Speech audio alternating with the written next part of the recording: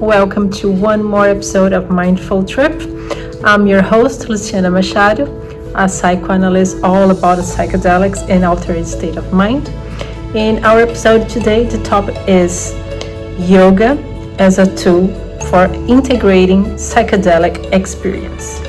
Yes, it's an ancient practice with a modern therapeutic approach. So for today, I invite a very close friend, a yoga instructor. She's all around the world.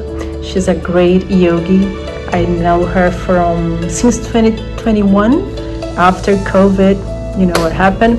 I was in a yoga retreat and she was the teacher there, and I had the pleasure to meet Anne Schreppers. Thank you so much for being with us today. She's in India and I'm still in Asia. Thank you for making this work again. And please, and welcome. Thank you so much. Thank you.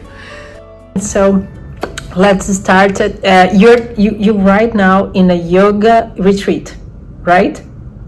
Yeah, I am currently practicing with my teacher. So I am in Mysore, which is the birthplace of Vinyasa and Ashtanga yoga, basically. So the method of Vinyasa yoga and the very roots of the physical yoga as we know it today and practice in most studios.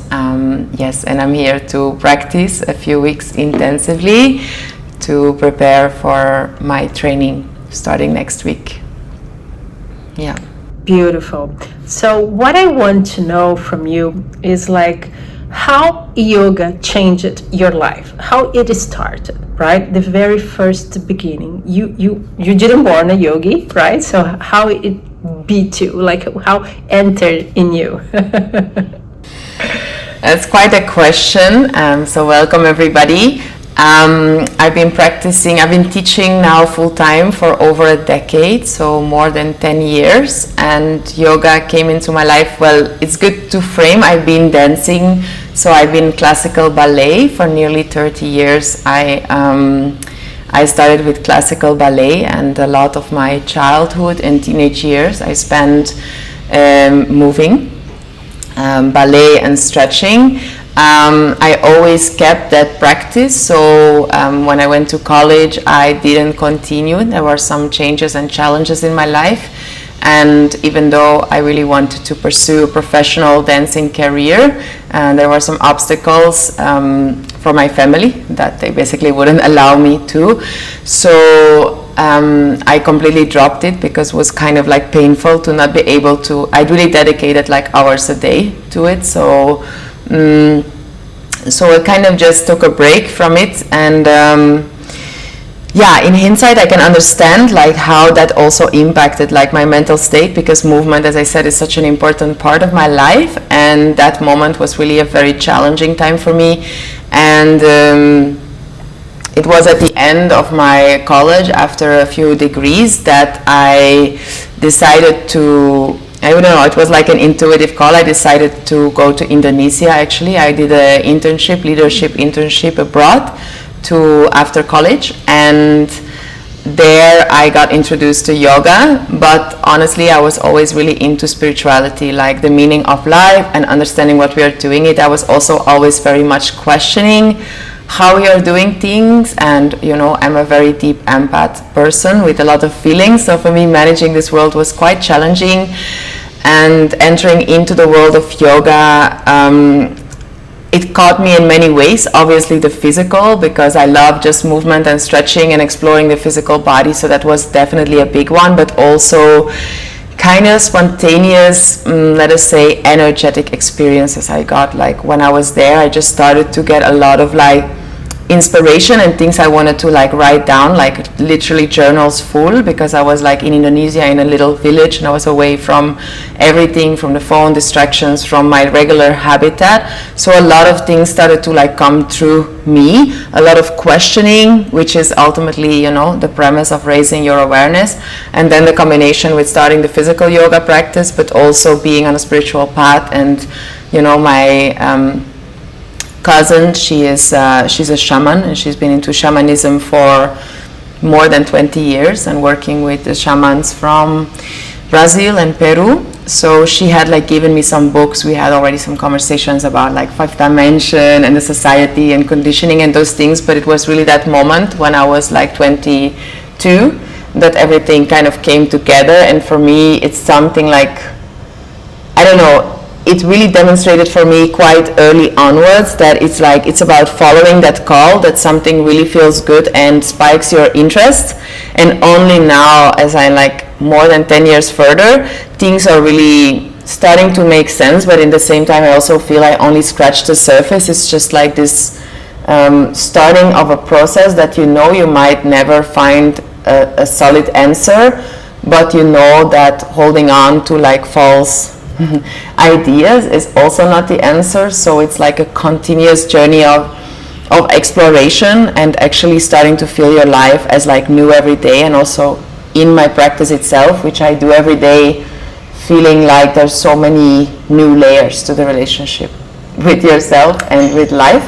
So brief answer, yes, I started like in a trip in Indonesia, started more physically, but also brought up, like it was really a moment also that I started like crying a lot and releasing a lot and feeling a lot. And it's really like it's a journey into feeling. And I'm excited to speak about it today with people and maybe inspire a bit their journeys of self-discovery. Wow, definitely. Thank you for sharing so much. And it's beautiful, right? Because when you start your path, you didn't exactly where you want to get, right? That's the beauty of the journey. Actually, you don't get to a destiny. It's not like, oh, I'm going there and I'm going to find my own way and I'm healed, everything is going to be awesome. No, it's a huge process, and go and back and forth, like has a rhythm, a natural rhythm. And this will be the cause that you became such an inspired soul. Like you never is in one only place, right? You are here right now in India, then you're going to Kenya, or you just came from Kenya, then you go to Nicaragua. So what is the most important part of being sharing so much? Is like when you observe a lot, like not observe, like observe love, connection, sharing, emotions, because when you move your body, you release your own emotions, right? You are in your own body, in your perspective, sharing your own things, experience your own things, for sure. But at the same time, you are in a class with several souls, several people, different energies, different cultures, and then you're receiving it, and you are exchanging. So how it works for our perception and our mind exactly in your body and energetically, which is spirituality, right? When you exchange it, that love, that unconditional love, which I had the pleasure to experience with you, you really give, you deliver a lot. So then you can really, how can I say, lift your body. You can have this mental altering state of consciousness. Well, that's quite a question. I believe it's very important to, well, the biggest shift I believe that we can make is to ultimately understand that this feeling of love and feeling uplifted, feeling fulfilled is nothing to pursue outside of ourselves. So I think this is the biggest misconception probably, is that safety is outside of ourselves and safety is something that we need to attain, versus understanding that it's actually us constantly projecting our own state onto the external reality. And there's so many layers of the conscious, of the subconscious, and as you said, it's never about reaching a destination, but it's about learning to move yourself presently and lovingly in the current reality, because it's always when we attach ourselves to the external, be it to a romantic relationship or to a job or to something, and we get our sense of self-worth from that, we are basically saying, okay, my self-worth is placed in this space. So what it does, it robs us from authenticity, and it robs us from our ability to choose in an authentic manner that what is truly aligned with our values. And that is a very important practice, is ultimately boundaries. You're also speaking about exchanging energy with others, but I feel like other people's energies can only interfere like if we allow that to come in. Like, for example, what I see a lot with people raising their vibration or raising their awareness is you raise your awareness and you see more judgments and motives and intentions of people around you. And I know that we can only get affected to those things that we haven't healed and integrated yet. So, you know, many people carry the burden of the weight of the world on their shoulder, and they are like, you know, want to help everyone and want to heal everyone and are thinking about everyone all the time. And honestly, that is not contributing to anything. Like, it's really about giving what you can give from a place of freedom and what feels authentic, and again, not with the aspiration of getting something in return.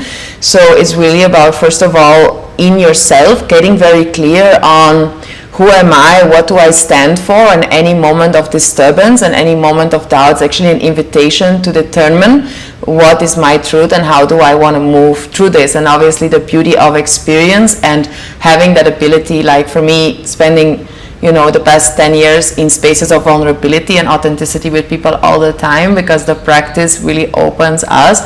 When we open our body, we open our mouth, not our mind. And through that, we can share so much more authentically, and we can only share as deep with others, or gift as deep to others, than we have gift to ourselves. So we can only kind of engage with others on the level, I don't like to say level because it assumes that there's a higher and lower, it's just about where someone is, and it's like we always expect that others are in the same state of mind. And we have these like expectations as well with others, but the moment we just only expect from ourselves and we only show up in the way that it's true for ourselves, we will feel that we are no longer attached to the expression of the external reality. So it's like nothing is personal. The only thing that is personal is your personal determination, your personal goals, and what is true for you, and therefore finding your gratification in the pursuit itself and not the outcome. So when you find your sense of gratification, and that is ultimately when we're looking to the brain, and something I'm sure we go deeper into, is shifting from dopamine to serotonin. So instead of constantly having this like short-term highs of like, yeah, and I got this and then that's gonna happen. No, it's like, I know this is happening in alignment with what I believe is my truth, and I'm living my life this way. We can maybe even tap into, like, you know, meditation on the endless nature of our existence, or at least this physical realm, which is an important practice that I personally do, just to understand how precious is our time, and to not waste our time, as it is the only thing we have on our hands is time. All the rest is not existing. Like, we only have time and energy to exchange.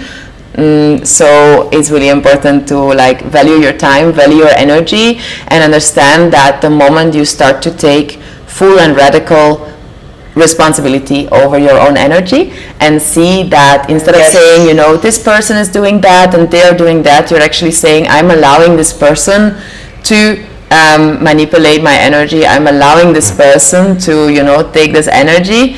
I am giving my energy to this person to judge them, or to, you know, to make them responsible for my state of being. And this way it's returning our power, with first place saying that I am actually doing that, because this way it's no longer about them, it's about what they show you about yourself, and breaking to the limitations that you have placed upon yourself that you cannot change. That is, I think, the biggest misconception, is that we are static and that we cannot change. And if every day we open a little bit, it's like, yeah, I think in the journey of self-development, it's like, you know, every day you don't see it. Imagine that you drink every day. It's a stupid example. You eat every day a bar of chocolate or a cake. One day to another, you don't see a difference. Or you start, let's say, a more constructive one. You start doing yoga, you start to jogging or whatever, drink water. In one day to another, you don't see a difference. But then if you look back on 6 months or a year, you see like the change. And the same is with our mind. It's even less tangible. So it's really the growth. It's really when you realize, like, wow, this situation would have disturbed me so much 1 year ago, but now it's not. And it's that super uncomfortable process of going through that discomfort, that often stops people from pursuing it, because for some reason we think, oh, if I feel guilty, if I feel uncomfortable, if I feel those things, it's not good. But actually, these feelings are very much a part of the path of authenticity. Choosing to be authentic for many people feels like a bunch of shame, a bunch of guilt, a bunch of things, but with the similar witnessing awareness, where you are actually the witness of those feelings and see them as an expression of you transforming into an authentic person that takes responsibility over their life. Yeah. Yes, your own accountability, right? When you have your presence on the mat, you are a whole person. You deliver your energy. When you're not, your thoughts are away, thinking about life, about problems, or even when you are so blocked, right? You have so many traumas, or because your body holds it, right? When you're saying about movement and dancing and in doing yoga, you are moving and shift all these emotions around. So when you are able to feel it and really realize how much deep this is to you in your practice, and you can apply daily, like being conscious, be present, have an intention, why you are doing this, breathing wisely, conscious, right? I have awareness how I breathe, like with my movement, I flow with the movement. So that's the important part of yoga, right? All the philosophy is way beyond only about asanas. So what I want to bring today with us, talking about altered states of mind, is exactly that. So you can prepare your body through your mind, controlling your breathing.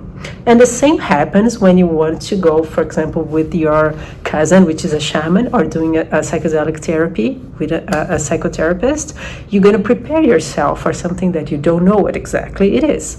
So you are overthinking or want to try to control an emotion, and happens to yoga because you want to compare yourself to someone else who's like, oh, he does that kind of posture and I can't. Or vice versa, or you want to compare yourself to something that, oh, I don't want to have a bad trip, I want to have a good trip. And what exactly we blend this together is like when altered states of mind can really connect is when you control your breath and your mind, like you control your mind towards using the breath work, right?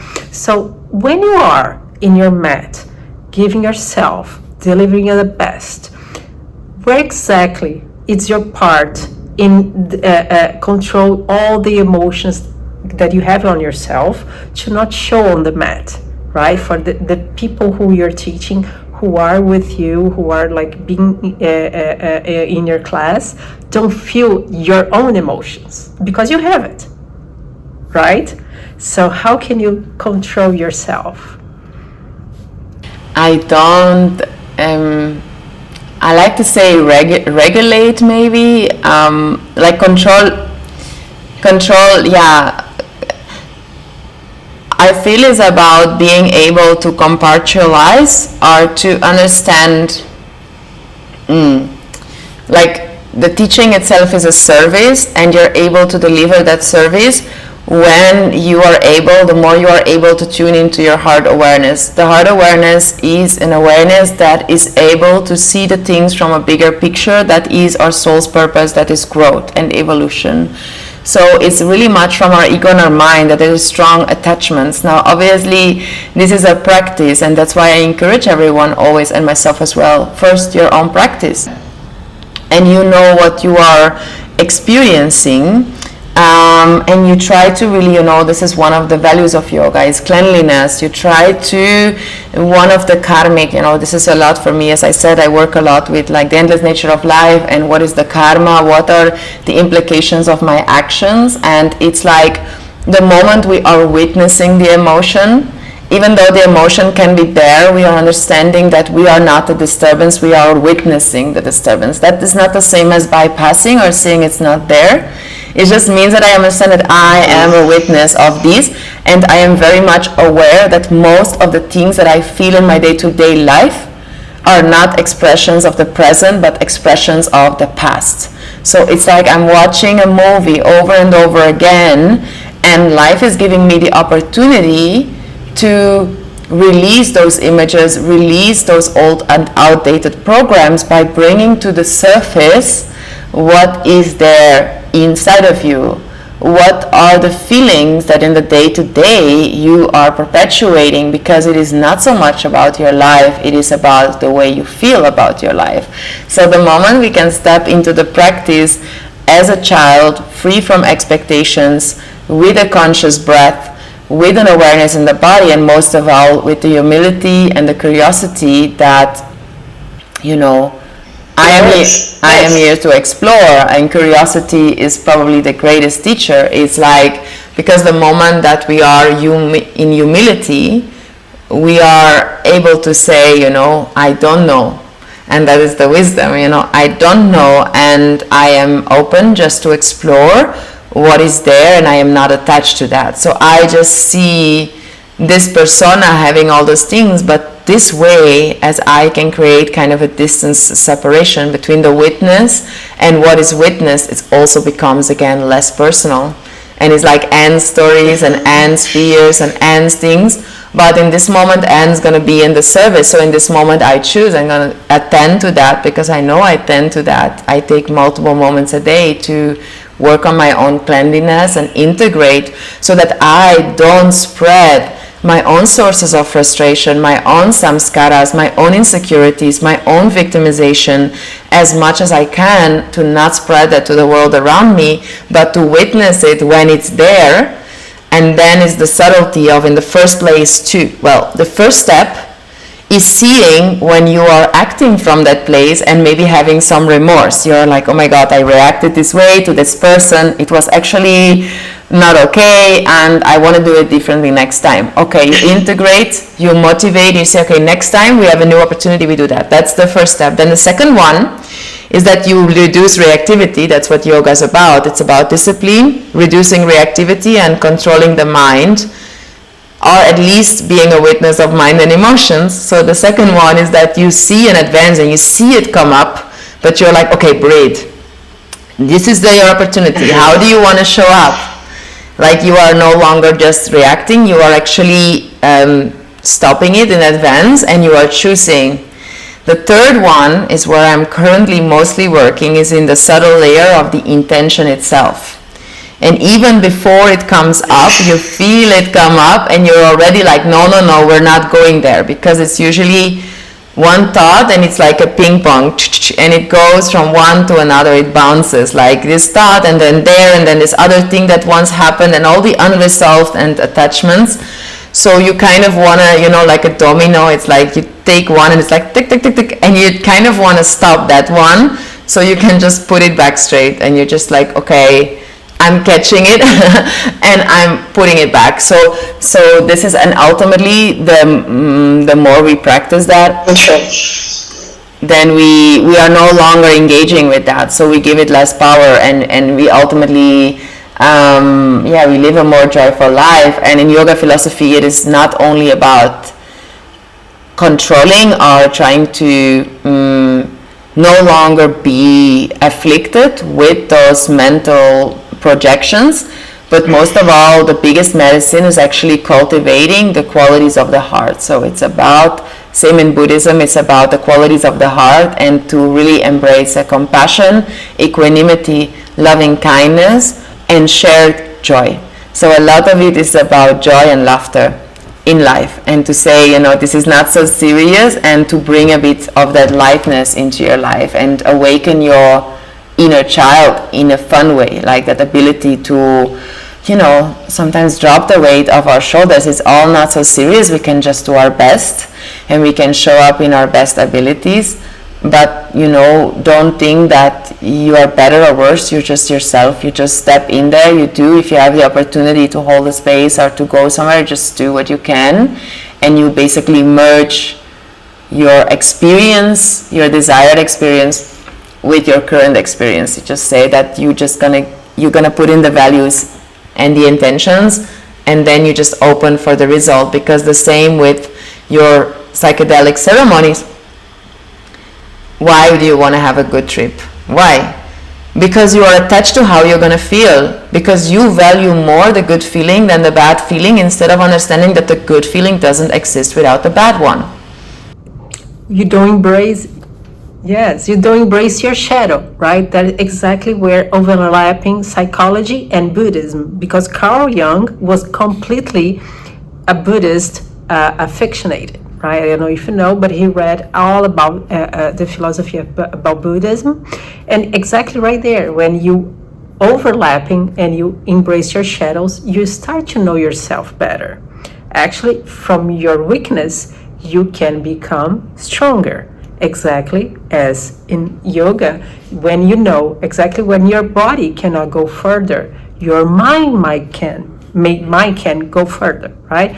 So exactly what you're mentioning, you need to be just present to the moment and be grateful and have an intention to not make this even worse, right? To not make this in a situation that you are controlling. So that's why I'm trying to avoiding the bad trips. I don't want to see my bad side. I don't want to deal with that. I just want to have pleasure and enjoyment, right? So when you see this on the mat, like in your classes, on your teacher training, when your connections, when you see someone trying to avoid this part, how do you deal with that? Like, how do you approach to this person? Like, hey, let's rethink about it. Yoga is not about this, right? And how do you deal with that?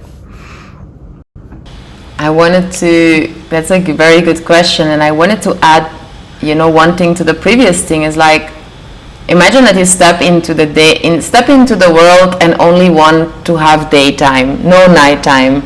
You're going to suffer so much because you cannot stop the night from coming. Even if you don't want it, it's about learning to embrace the night. And one very impactful, because I really deeply perceive that life is my teacher. Everyone is my teacher, and everyone, if I see it with that intention, everyone is a part of my liberation. And especially the ones that show me indeed those shadows and show me where am I not free yet. So to consciously thank those people and say, thank you for showing me that there I am absolutely not free yet, and there I am very insecure and judgmental with myself. But one of the most beautiful teachings in that sense was, I told you, in Indonesia I started crying so much. First because I didn't want to be there, because I was like, I cannot do this is too hard. The culture, everything, I was so lonely. So many things came up. And then after like 2 months, I didn't want to leave. I felt such a hard opening, and I had like 400 students. I was teaching English. I was working in a school, very simple life, and the students came on a tuk-tuk to the house with like many to see me one more time. And I was crying so much. I was sitting on the grandmother that was with me on her lap. I was crying so much. Then the last day at the school as well, the students made like a song, and today the song was playing in the coffee shop when I was there. And that song, they were playing, and I couldn't say a word. I was crying so much, and I didn't cry. I think I didn't cry for like years before that. I didn't cry. I never cried. I was so much in anxiety and in fight mode constantly that I didn't cry. I was crying. I couldn't stop it. And the students were like teenagers. We were only a few years different, because at that point I was like 22. So they wrote on the board down, don't cry because it's over, smile because it happened. That were the words they put there. And for me, that has been like a mantra in my life, that every time I feel deeply sad, even now with my friend, we were here, a sister in Mysore, practicing together and growing a lot and working deeply, and she was saying today, I'm going to miss so much. And I said, yeah, but feel the gratitude in our heart that we had lucky to feel this sadness of needing to let go of an experience. And I think sometimes we don't see that silver lining. When we think about even the biggest grievances in our life, it also means that this was a blessing to have so much joy. So if we say goodbye to a person even, which is the hardest part of life, then also seeing that everyone become part of our experience. The moment we had a meaningful interaction with someone and we truly connect on the soul, we are not the same people anymore. We have taken a part of them with us, and this is the way our souls are connecting. And to want, not say to have the night, to not want to have also means to not have the sunrise. So to not want to have the grief of the goodbye also means that you don't want to have the joy of the union, of the connection, of the opportunity and the possibility. So that's something that I felt I wanted to share. And with regards to your question, I think it's something that I really feel it intuitively with people, what to say and what to do, but many times I try not to say too much and I try to just ask questions. That is my main approach, to do inquiry and to let everyone, because that is one of that I know is one of my blind spots. I sometimes tend to be over responsible, and I think when holding space, a big part is also allowing, like they say always example of a kid on a bike, you need to let them fall sometimes to learn it. So the only thing you can do is say, look, this is an option and this is an option, and in both cases we love you and there is space for you. So whether you want to choose this or that, but know that this is the spectrum. So there are multiple options, but if you're ready or not, it's all good, because you don't have to feel. And I think this is a big blind spot we collectively have, that somehow we feel like being further on the path or being more at ease with our process or being more free in a sense is better. But I feel like no, it's really about being true. So if you are completely blocked in your throat and you cannot bring out any words, and the only thing you can do is just feel that blockage and be there, or you have a huge release crying or whatever it is, like it's really about you just being true, that this is my experience currently. And holding the space is only saying that, I see the light in you, and I see people always in their, greatest expression, and just know that they are loved in every step of the process. And I feel through yoga asana, one of my favorite things is to really bring it in a light way, because obviously as we do new things in our body, we meet the resistance and the limits of the mind. So many times it's like I call it like a body whisperer. That's kind of what I start to embrace as like, that is like I'm trying to have a conversation with the body in that moment. So it's like the body is an expression of the soul, right? So even where you put your hands and what you're doing, and it's like I cannot ascribe it to myself. I can only describe it to I'm in that moment just a channel for whatever needs to come, because obviously I have mental knowledge, but it's some things you cannot think about it. It's just you let it come through. So when I'm moving in that space, it's really like, you see a person and then it's like how much can you let them come out of that comfort zone without pushing them into a shutdown. So that is a subtle balance. But then sometimes with like headstand or with deeper back bends or things that are like really challenging us to change our perspective and overcome our fears and meet our limits, is like the mind says no, but the body says yes. So if the body says yes to me, I will just give people clear instructions. Of course, not when it's really, but you see it. They are like doubting, and in that moment, they just need you to be like firm and be like, okay, I see your body's ready. Don't think too much. Just take a few breaths. You don't have to go there, but we're going to do this and this and this step. And maybe you'll get there, but it's not about that, but just about don't overthink and try. Just try. And then if you give 3 simple steps, like push there, engage there, lift there, then they go there. And many times when they go there and then come out, they cry, or they are just really, and they're like, thank you so much. Because it's like you've been through that. And I'm sure with psychedelic experiences, as a space holder, you cannot make it personal if someone is hating you in that moment or having a lot of resistance towards you and being like, because in that moment that is just a projection coming out and you cannot take it personal, and you can only like hold the space for that. It's quite interesting experience. Definitely. As our mission as a healer or a light worker, as we say, is just make them to have the critical thought, right? The critical thinking. So you cannot take the decision for them at all. So you just show the other options, 2 options, right? Let's say the pills, you take this one or the blue one, whatever, and you are there for them, like to holding the back, and mostly to show love, compassion, understanding, and say, hey, every step you're feeling right now is okay. Doesn't matter if it's a good feeling or a bad feeling. You just need to see whatever you have to see in the moment is showing to you, because you're not going to see before or after. There's no late or too early. You're just going to see whenever you're ready to see, to feel, to reframe that feeling or the trauma, or to have a different, perspective. When you show them that you're just there for them, they relax, they start to trust you more. And already happened to me. You said, yeah, as a space holder, sometimes people, you have different feelings. Yes, already happened. Someone already had the mushroom and suddenly decided that he doesn't trust me anymore. Hey, can I throw up? I say, no, you can't. Relax, take a deep breath, and let's restart it. And yes, it's just a mindset, right? The same probably happened to you. People like, hey, I cannot do I don't know, I inverted, be upside down. They would be afraid of it. Actually, is one of my own challenge. I'm just trying to work on my shoulders. But yeah, everything has the time to start and happen. For some reason, not everybody's ready for everything at the same time, right? So another thing I want to know from you is like, how is gifted to work with so many different cultures?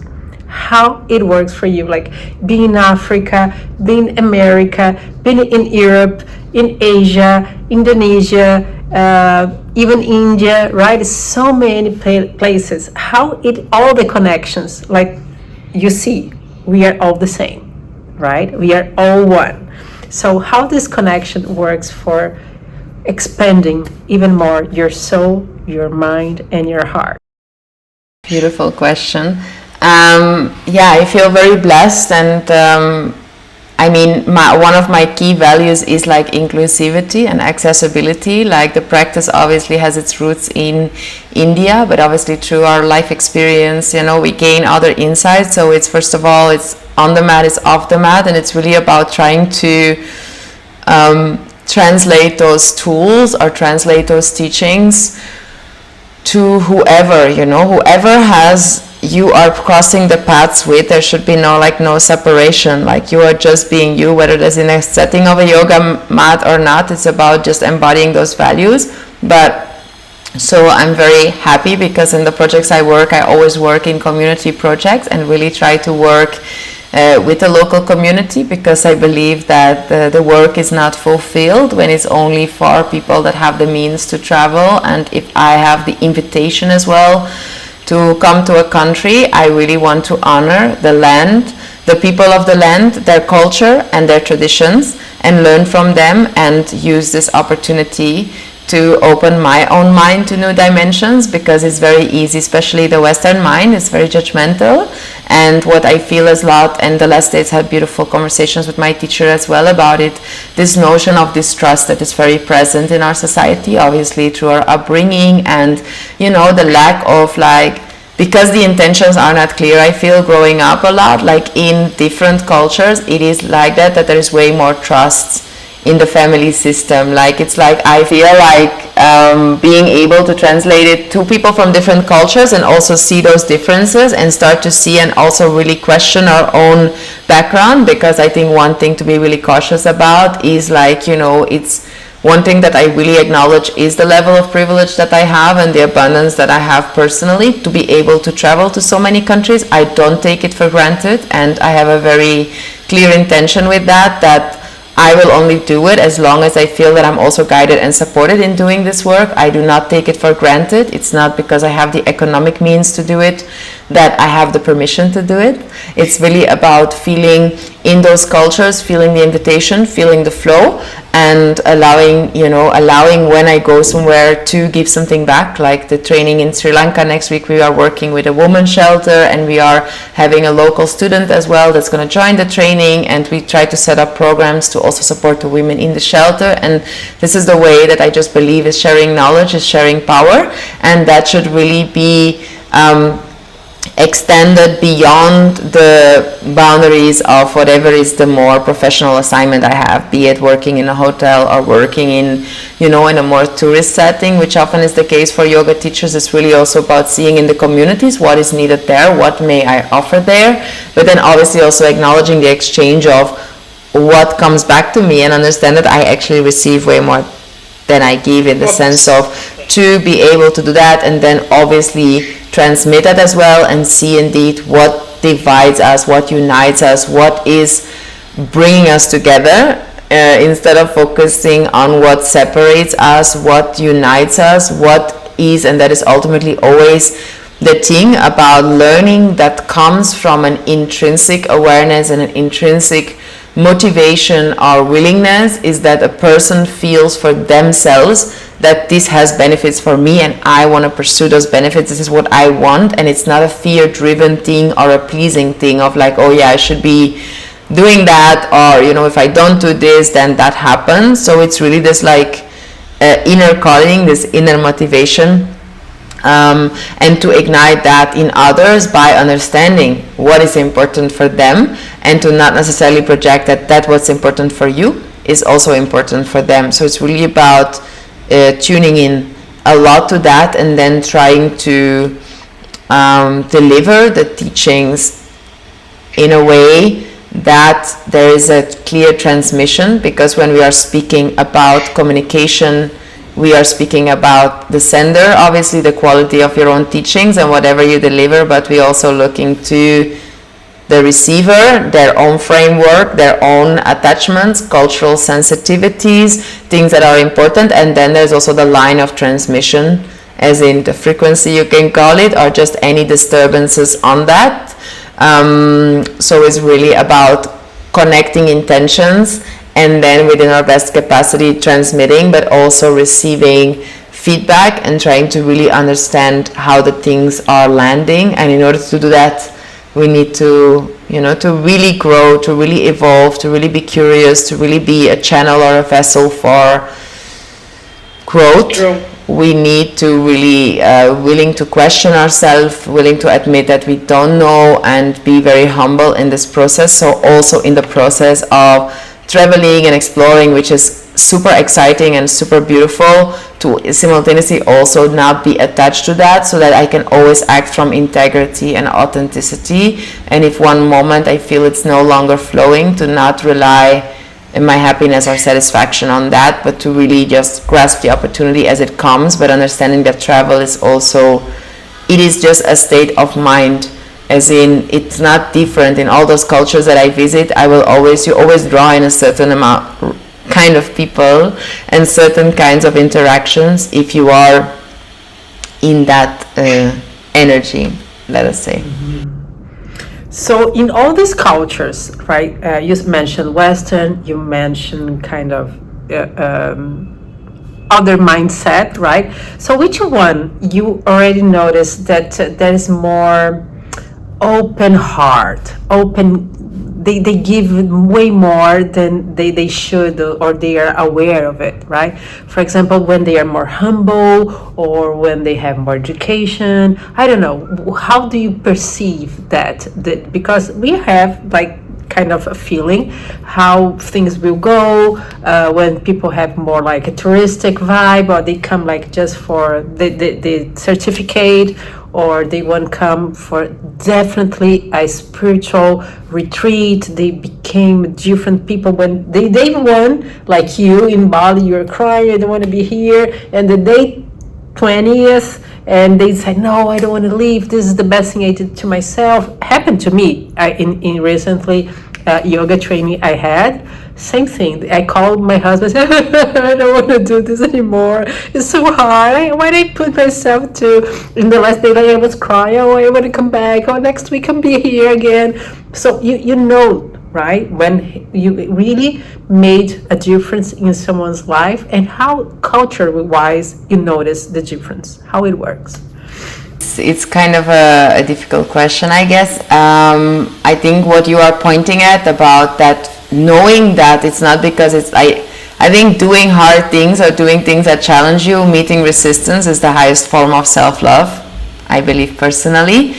And for people to be in a space of trust, like I definitely feel that the Westerners, if I can call it then, Europeans, people from the States I work with a lot as well, we are so much in our mind, and we are so much open only to, like, I don't want to generalize, there's obviously exceptions, but there is so much about the mind and so much about what is spoken and not necessarily about what is done and the intentionality beyond it. So there's a lot of attachment to the spoken words and to the visible world, as in what can I see, and also the confusion of like, something feels off, but it looks all good. So learning to like trust and lean into that intuition through the bodily sensations, and through having this, like, the overthinking also stops us from, really tuning into our intuition and following or surrendering. The ego holds a lot of like resistance, and we stay in that resistance when we stay in the ego. So for example, when every time I go to a culture, I feel so enriched, especially staying months, for example, at a time in Kenya, but being really in communities and being with like students and really feeling them. Is like you are feeling their vibe and you are learning. It's like you're constantly downloading new programs, and it's not only the people, it's also the place. Every specific place and the energy of that specific place give your body like a new memory, a new upgrade, like you're receiving things through that, and you're literally another person in all those different spaces. Like even if there's a common denominator of your values and everything, it's really about the more subtle sensations and things that come true. But I feel like in any case, owning up to your decisions, owning up to where you are, and stepping out of the victimization, that is something that all over, because of victimization, there is a lot, that's just something that goes beyond the scope. I'm a lot into society and the way structures are built, and it's just a way that disempowerment and a feeling of disempowerment, and it's also with our upbringing, our first 7 years of our life, we are completely dependent on others. So that feeling that we are dependent and that the control is outside of us is alive in all the cultures. And it's only and truly if either you grow up in an environment where people are like kind of super empowering you outside of the societal framework, because this is just globally, or you are doing the work.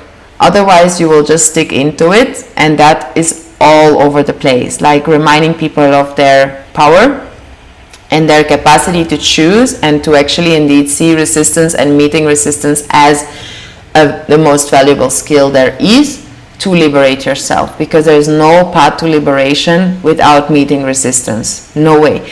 Nobody has ever run a marathon without, you don't want, it's impossible that you want to get up and run every day, but you need to know why you want to run.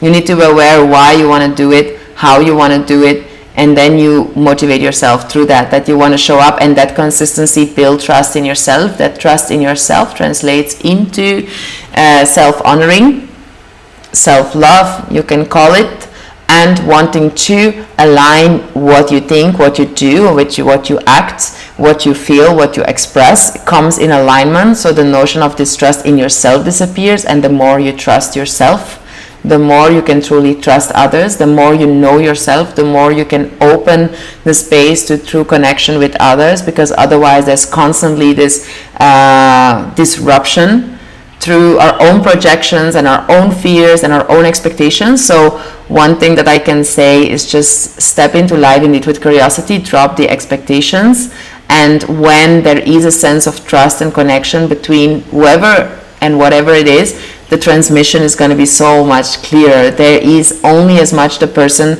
whatever culture there is, can receive if they feel trust with you.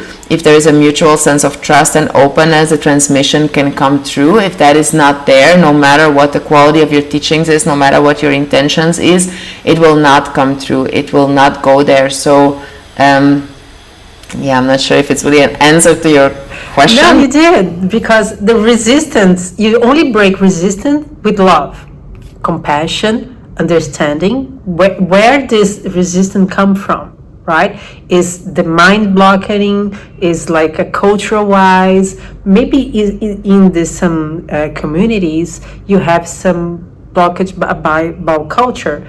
I don't know if you know, but some cultures don't allow them like to do some kind of postures. There's some religion involved, some limitations of the mind, if you can say. So you find that during your practice. You might have these things that you have to deal with, especially if you are in a small community. They have different sources, different backgrounds, let's say, even economically, we say that interferes a lot. So that's why you just open and unveil a lot of things to them with love, with showing trust, purpose, what you there, doing what, for what. Of course, it's not for money, right? Only you're doing that for love, for self-growth, and helping others. I think is the most main core of a yoga is teaching what you know, teach you that things that you believe, that you love to others, right? Is part of the 8 cores, like limbs, like teaching others, past others. This is the most important things. So when you do that, you embrace not only your state of mind, but them, right? Your spiritual growth with all of this community is something that you do in conjunction, let's say, and this is way beyond that. I don't know, our culture can observe, and then I understand that is over than the clinical that I could reach, right? It's beyond psychedelic. I do understand that yoga has way more power in this kind of richness than I can do. You can do in 1 hour for 10, 20 people at the same time, things that I can't do in 1 hour, 2 hours for one person, let's say, even more. Sometimes the journey is longer than 4 or 5, 6 hours. So it's super powerful. People don't realize how yoga is powerful daily basis in their life. So I want to know from you some psychedelic experience that you had, and then yoga helped to, or either settle or maybe opened before, like before or after, how yoga will meet exactly a psychedelic experience for you. There's so many layers and dimensions to this answer. First of all, I want to mention that when we are speaking indeed about yoga and we're speaking about the power of yoga, it's really about the intention with what we practice, because we can practice and we can just be not in the observer state and we are just getting more stressed. So maybe you are stretching a little bit your body, but you're just getting more stressed because I'm not good enough, So the main thing is that everything can become yoga when you do it with that awareness to liberate yourself. When you go to bed and you open your eyes in the morning, the first thought that you have is, I want to liberate myself. And it's a continuous reminder, because as you said on the beginning, if you don't remind yourself, you're in your pattern. If you're in your pattern, you're in conditioning. If you're in your conditioning, you're in entanglement. If you're in entanglement, you're not free. So how I see a psychedelic experience, what I see as a big difference is that in yoga, you don't know when you're going to get the bliss. The bliss will be there. You will access at some moment the bliss, or the crying or the release, but it's not externally. There is no external chemical interference except for the breath, but still it is very slow process, gradual process, where only whatever is come to the surface. And it's the same with psychedelic, but psychedelic can be a bit more hard depending also on the intention of the facilitator, whether the facilitator is pure about the quality of the medicine, the amount of the medicine.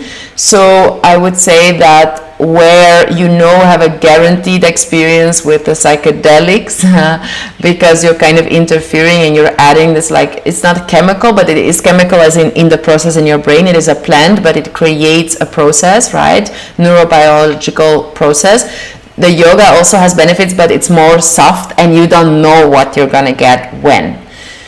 But it's about that commitment and letting it come gradually. But then when it comes to psychedelics, I would say that the psychedelic can show you what is the possibility. But for you to live in that state, you cannot go from ceremony to ceremony. So it's about a door opening, and it's like you see what is out there. You have seen it now. So now that you have seen it, now that you know that feeling exists, now that you know that there is this part of you that is so free, you're going to try to connect with that part, and that's your integration. But it doesn't even help with your integration. It also supports enormously in the process itself, because that witnessing awareness makes that, there is a difference between being in a bad trip, having a strong memory come up, and witnessing it from a safe place, where you know that even though these memories are coming through, now I am safe, we are here, we are safe. So I feel that yoga is our expansion in safety, I always call it. Expand in your sense of safety, and expand in your capacity to feel safe in a wider range of emotions and experiences. Stay present in it. So this is the way it supports. And obviously for me, I had multiple experiences. I have tried all the plant medicines, not to like brag or something, just a curious person. So I was also like, okay, if I have students coming, well, that's actually, I wanted to just try it, but it was also nice to know, because if I have people that I trust in my community and that trust me, sometimes they will ask about things, and it's kind of nice to know, like, okay, what is this? What is the experience? Because as my Buddhist teacher said, you can talk about a rose, you can talk about its smell, the taste, and taste, yes, it is our colors, our aromas, our the way it's structured, the way it feels, but words cannot grasp the experience. So as long as you don't have the experience, it's hard to explain or talk about it. If people feel the curiosity to do it, definitely do it, but don't think that there is something like a quick fix. It's only that you can see what is there, and then it's going to be up to you. Like, is no quick fix, and there shouldn't be, because the quality of your character and your progression and the strength you will find is only coming through that continued determination, that continued, like every morning I practice at 6 in the morning. Many mornings I don't want to wake up. I wake up and I say, oh, I'm tired. Oh yeah, I'm tired. Oh, maybe I should just stay in the bed. Maybe I should not go. And I don't even give time to that. I say, you have maximum 5 minutes, and then you're going to go. Boom. Like, there's not even time for that, because you know that your mind is all the time making this stuff. So this is the way this is the way that the yoga really helps, is to be the witness. Know your breath is there, and knowing that you're always safe, whatever projection of the mind comes through, and also a deeper trust and surrender that whatever comes through is the right experience for you. But in both the yoga as well as it's always about the medicine, it's always about the teachings. It's not as much about the teacher, it's not as much about the space holder, but the transmission. But obviously the level of trust there is in the space holder in that moment, that will affect the transmission of it. So I can only say, and this is from experience, pleasant and less pleasant, it's very important that you fully and completely feel your intuition when choosing, whether it's a training, whether it's a psychedelic experience. You really need to feel it. Don't force it from your mind, don't force it from your ego, but really there is something as the right time for things. And I think that yoga, or I feel that yoga is for me this constant cultivation of discernment. Like, when is it my mind playing tricks on me and getting strongly attached and trying to rush into something? I think a great tip or a great practice I have embodied over the last years is like, whenever it feels really urgent, like it has to happen now, it's usually stemming from a place of trauma in the past. Like, everything has its own time, and that ability to sit with your consideration of like, okay, am I going to do it or not? I know I'm going to do it in the right time. Is now the right time? And having that consideration and that ability, I think, is a great starting point. So you don't like project, you can go in the space with openness, with a sense of safety, and just know that it's going to to not only rely also on the person holding the space, but you, it's like when you are more in touch with your inner guidance and your inner teacher, you just meet the experience differently. And then also with yoga, if you have more knowledge with your body and you are more aware with things, it's like you're not just relying on the external person to tell you something. You are also really much witnessing your inner experience, and the more you attune to that, the more, but without over-analyzing it. Don't over-analyze, still be able to open and trust to the other person, but simultaneously also there is so many things that the external world cannot witness. So it's really about tuning into your inner experience and the inner voice of intuition as well. I think that is important before and after and during the psychedelic experience. Yeah. No, definitely. What I want to understand is the overlapping. For example, when you do a breath work, asana, meditation before a psychedelic journey, you have the kind of a tool to like press yourself down and kind of compress all the energy to that moment. You are not like dispersed. You are not like everywhere. You're more concentrated in that moment. So that's the magic help that yoga gives to this experience, right? And after is a kind of expert, like you put out a lot of information towards whatever you had, the experience you had through a yoga, right? Through meditation, like so many times doing yin yang yoga, I had cry.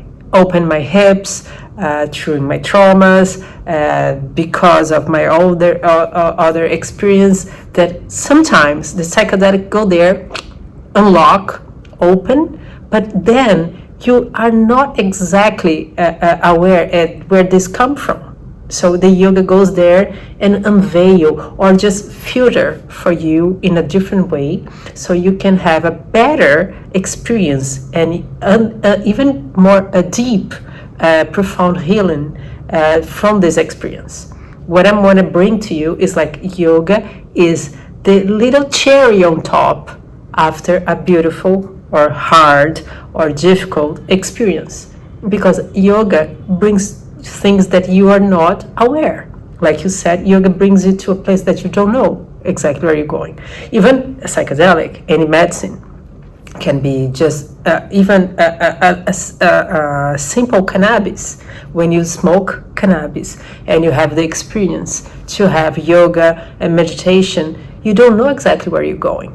But yoga brings you to the awareness of being present in that moment, focus on yourself. Sometimes you don't have that control in your experience. So what you brought to me exactly is what I want to enhance, like make this combine. It's like not one of another. Like when you bring together, you have a boom, like a great, let's say, enlightenment.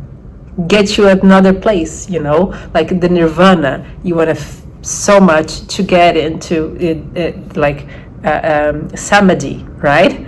And you want to get to that place that you don't have like controlling your thinking. You're not thinking about anything else. Actually, you're just observing yourself doing that. So when you had that only through yoga, could you say that is an experience that totally alters the state of your mind? Completely, and I'm also careful to say that there is moments of enlightenment. It's like there's moments and there's glimpses, but a state of enlightenment, I really believe that even if we are light workers or we come to the light, like I think if we are humans, we are here to learn. So I don't want to say that I'm enlightened, but it's definitely indeed you are in the witness seat. And the thing that came up for me a lot is like, it's like taking a bath. If you want to be clean, it's not like you can say, oh, I took one bath and now, then you feel really clean. But if you don't clean yourself after, you don't can just say, oh, I did once and now it's done. And it's the same with like yoga and psychedelics. It's like it's constant purification of your awareness. How do you purify your awareness? Is by becoming aware of your intentions, being aware of what really drives you, and ultimately what you are perpetuating in your thoughts, in your words, in your actions. And where does it really come from? Is it coming from clinging to something? Is it coming from a sense of lack? Is it coming from... So it's less about what you're doing, but the quality with what you do it. So if you want to go into psychedelic experience and just want to escape from your life because you have no way to be feeling safe in your life and integrate and face responsibility and take it, then you can have a nice trip there escaping, but then the coming down will even be harder, because again the realization that I cannot run for myself. So that ability to go into a space and just really be aware about what your intention is, that is the thing, and it starts working before and it works through after, but it is definitely an ongoing commitment and an ongoing opening. And once again, samadhi is not we are not focusing on the desired outcome. We just want to understand what is now. And I think that there's different approaches, but for me it's really not about understanding where all the traumas come from. It's really about understanding, what am I feeling right now, what is showing up in my life right now, what feels limiting, what feels like, and going in that state of discernment, and then cultivating as much love for yourself and a longing for liberation and a commitment to it, that's where your energy goes, because your energy cannot go to fight the realities you don't want and the sensations you don't want to be part of your life. Let those sensations guide you towards, how do I want to step into this? So I cannot choose the outcome of my trip. I cannot choose how I'm gonna actually encounter in the practice, but I can choose at least always my attitude towards it. And that is ultimately Man's Search for Meaning, right? That's one of the most impactful books in the psychotherapy, and it is that is the ultimate freedom that a man has, is the choice to show up. How do you show up? And that is the only choice you have. And once you understand that is the only choice you have, you're going to be fully discerning and determined to focus on that, and you will no longer spend your precious energy on trying to control anything else. So for anyone listening, if this inspires you, just see for yourself, where are you giving your power away? That is the biggest thing. Where am I expecting something or someone to make me feel a certain way, and can I bring it back to myself? And the humble acknowledgement of what kind of feelings are really alive inside of me, and the growing willingness to choose something different. And what to do with these feelings, right? The most important part of the integration is like how to apply this to your regular basis, right? Even yoga is not right there when you're doing asanas on the mat. It's actually daily moments of your life, like the way you eat, the way you talk, the way you treat your partner, the way you behave in your work, the way you relate to society, the way you treat yourself, nature, the environment. And same with psychedelics. When you just open this little portal, you enter to another dimension. You're seeing the world as you being part of it, right? You don't have to pray to something in a church or wherever spirituality for some people is. You just need to pray to something that you believe is bigger, or to be grateful for something that you become with, right? Is in you, around you, and we are all together in the same thing. So yoga and spirituality, they are linked. Everything is become to, right? So the information that you received, when you integrate with all this kind of attitude, of behavior and awareness, becomes the full experience, right? Because it's part of you, right? When you eat with awareness, when you are sleeping and you're having all the dreamings, whatever the information you receive, and you apply to your daily basis, then is when the connection and the yoga or the spirituality really happens. That's what I want to bring to everybody who's watching us.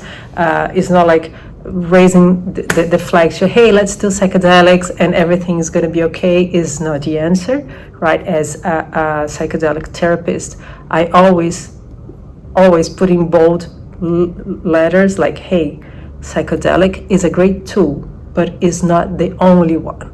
If you don't work on yourself, doesn't matter what you're going to do, because it's going to, like you said, it's just going to make you a great entertainment, or either not, can be a very difficult moment, challenge, and it's just past. This moment is already gone, and you didn't really observe anything that you can really apply to your life, right? So just to close our thought, how do you really believe that yoga is going right now? What is the direction that yoga is going through the modern life?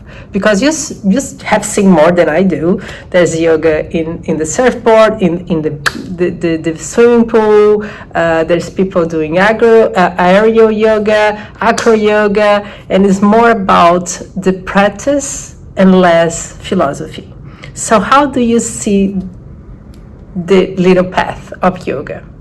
As the same as I'm seeing psychedelics, right? There's people like doing in airport, like selling the medicine when you arrive in some countries, like, hey, do you want to do it? It's so much easy, and it's getting a little common to the life, right? So I'm sorry. So it's also so funny. I'm entering the dark, right? It's getting dark here, but I'm just embracing it as part of the podcast, that we were talking about light and dark, and whether we are in the dark is really beautiful, because the darkness is actually like we can no longer see the reality. Even though we have the same eyes, it's the reflection of the light that makes us see the reality clearly. It's different, yeah. So, because if we are dreaming, we also have visions, right? We also have visions, but we have our eyes closed, and it is a darkness. So the light itself and the production of those images, and leading that into your last question, is like, as I said, I don't concern myself. I'm very committed to the community. I'm very committed to support those who ever reaches out to me about that. I only put out things from a place of intention and intuition, not to just talk. I don't need to affirm myself, so I don't need to be talking about things just for the sake of talking about them. I talk about them when there is genuine interest. I don't waste my energy and time on speaking about things when there is no genuine interest on it being received. That is one thing that I'm working with currently. And in the light then of yoga, and it's interesting because I'm here in Mysore with my teacher, that is a lady that practiced for more than a decade with one of the most famous teachers or impactful teachers of the modern day, that is Patabi Joyce, the founder of the Ashtanga yoga. And she is so humble. They didn't even have a sign on their door. There was I needed to find it. There was somewhere in the street. I needed to ask, where is it? It felt like 20 years back in time or something, like really the traditional way. But I found her a year ago. I was like, I need to go there. And it has been proven this woman has awakened something. We are laughing so much in the practice. I feel so seen, so loved, and so humble, and just because the first time I went to the class, she does the traditional way, she does her way. So we came in, there was little words, there was little explanation, we start our practice, which is Mysore style, so we just do it without, and she doesn't say anything, she's just witnessing. And that is again the reminder that the witnessing awareness, it's not screaming, it's not talking, it's not explaining, it's just witnessing. And witnessing itself makes the transformation. So in that subtle awareness of my own path, of my own journey, and what I was experiencing, I saw a lot of things coming through. Only to say that there are beautiful teachers out there. There are people that they don't have to make a lot of big words in order to, I really believe that the more you are established in your own values and who you are, the less you kind of get clingy and feel everything can be yoga, because yoga is about the values we have and the way we relate with our breath, with our body, and the way we move through our life, and ultimately the intention we are propelling forward. So with all the trends and everything can either distract you more and lead you more into attachments in the external world, or it can liberate you more. So it doesn't matter what someone does. If they do goat yoga and they really love the goats, and it's great and you feel a lot of love, but just know that short-term entertainment, if not meeting the resistance, if not meeting the doubts, it's probably not going to lead to liberation, because human life is actually here. It's not an easy life. It is kind of an impressive planet we are on. There is a lot of work to be done. What I see as well, a tendency that I just want to name, is indeed that quality of humility, and how that humility can only come from a deep self-acceptance, and that I see indeed many people are talking a lot, saying a lot, but then when it comes to how they treat their own family, their own things, I'm not judging, I'm just witnessing, just observing, just sharing that the true yoga is how we treat our instantaneous community and the people that are around you. I don't care how many asanas you do, it's ultimately and also for your karmic purpose. So it's not about what you say, what you know, but it's about also your ability to share that what you know when the time is right, when the moment is right, when the setting is right, and being really aware about where it is coming from, and that quality of humility, of sitting with someone and just feeling in their presence, that love is ultimately about your individual path. And the more you keep, we can judge that. I think I had a conversation about that with a beautiful facilitator I met the other day, beautiful breathwork facilitator. You see it with people. If you are in tune with yourself, you feel the connection. You see someone from a distance and you say, this person is calling me.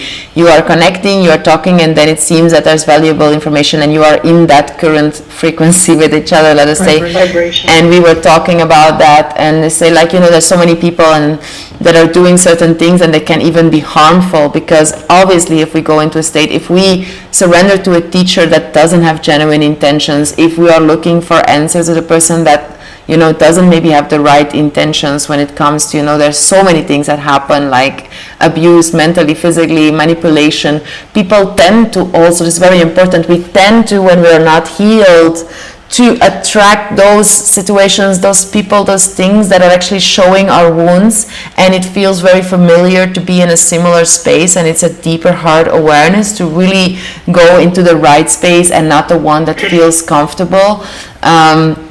And so definitely, I think the biggest thing we can all do is just be very pure with our own intentions, and please do not waste energy and time on judging other people. We can only inform and stand for what we believe in, and transmit that humility and that love and that compassion and that space in our own spaces. That is the real thing we can do, because it can be quite scary also with AI, with people being so attached to their phone. The removal of satsang and sadhana, what we call, is like really speaking authentically about our emotions, speaking with each other, sharing in spaces of vulnerability away from the technology. All of these things are so important, but I believe that is, if you feel something is important for you, just do that, and do not spend just time on judging those things. There are really authentic teachers out there, and they always say, when the student is ready, the teacher appears. And and I feel very grateful for the teacher that I personally here met now, this person that is there, and I just feel it in my heart. And but everyone in a sense is a teacher, but just do not go for what is like, you can have fun in life, go and have fun, but also have the serious approach, right? We are little magnetos, so whatever you're vibrating is the things you're gonna attract. So a little radar, so that's the thing, that's the truth to yourself. What is true to yourself is gonna show up in a different ways, whatever you are believing and having the same vibration. But definitely, we are connected, definitely, even in different time zones, with some, technical issues. After all, Mercury is retrograde. But thank you so much. This is Conscience Corners, everyone. If you want to follow her, she's on Instagram. She teaches online, everywhere. She's always spreading her love, her conscience, her awareness, her passion. And yes, here is my admiration for you. Thank you so much for your time, for all your knowledge sharing again. I admire you so much. And please be my guest to finish saying your last words in our little podcast. I appreciate. Namaste, my love. Thank you so much, love. Yes, I feel the same, and it's just good for everyone to feel that if we feel like light or we feel inspiration with others, I believe that is also very important, the healing of our relationship with the light of others. And if we feel inspired, to really let it ignite that love inside of ourselves, because we are also deeply conditioned, that we feel like there's lack, or we feel if someone's shining that I shine less, but to just really go into that and shine together and share with each other and find genuine joy in admiring someone, and know that exists inside of you. And supporting, right? Yes.